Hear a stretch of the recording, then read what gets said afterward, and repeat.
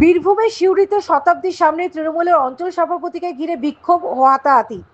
গ্রামে চলছিল এসআইআর এর কাজে সহায়তার জন্য ক্যাম্প পরিদর্শনে গিয়েছেন সাংসদ শতাব্দী রায়। তার সামনে হাতাহাতিতে জড়িয়ে পড়লেন তৃণমূল কর্মীরা। চূড়ান্ত বিশৃঙ্খলা বীরভূমের সিউড়িতে। বীরভূমের সাংসদ শতাব্দী রায় কর্মীদের শান্ত করার চেষ্টা করলেও ব্যর্থ হন। পরে সেখান থেকে তাকে উদ্ধার করে নিয়ে যাওয়া হয়। সিউড়ির 2 নম্বর ব্লকের গাংটে গ্রামে চলছিল তৃণমূলের এসআইআর সংক্রান্ত ক্যাম্প। সেই ক্যাম্পে এদিন গিয়েছিলেন বীরভূমের সাংসদ শতাব্দী রায়। তার সঙ্গে ছিলেন কোমা অঞ্চলের তৃণমূল সভাপতি বলরাম বাগদিও। তাকে দেখে এদিন প্রথমে বিক্ষোভ দেখান তৃণমূল কর্মীরা, পরে তার উপর চড়াও হন বিক্ষোভকারীরা। শুরু হয় মারধর। সাংসদের গাড়ির সামনে রাস্তায় চটি হাতে শুয়ে পড়েন এক মহিলা। চূড়ান্ত বিশৃঙ্খলার সৃষ্টি হয় গাংটে গ্রামে।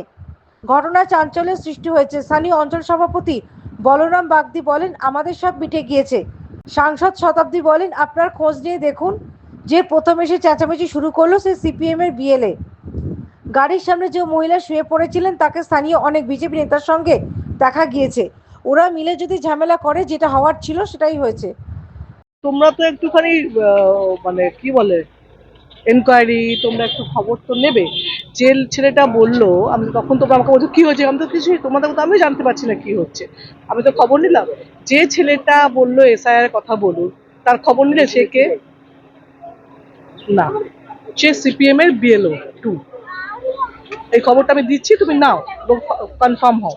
তার মানে একটা যদি তৃণমূলের মিটিং এর সিপিএম এর বিএলও 2 বলে, তাহলে সে ঠিক কথা বলবে না, আমাদের ফেভারে কথা বলবে না। এক, দ্বিতীয়ত যে মহিলাটি গাড়ির সামনে পড়ছিল তার ভিডিও তুমি আমার থেকে নিয়ে নিও।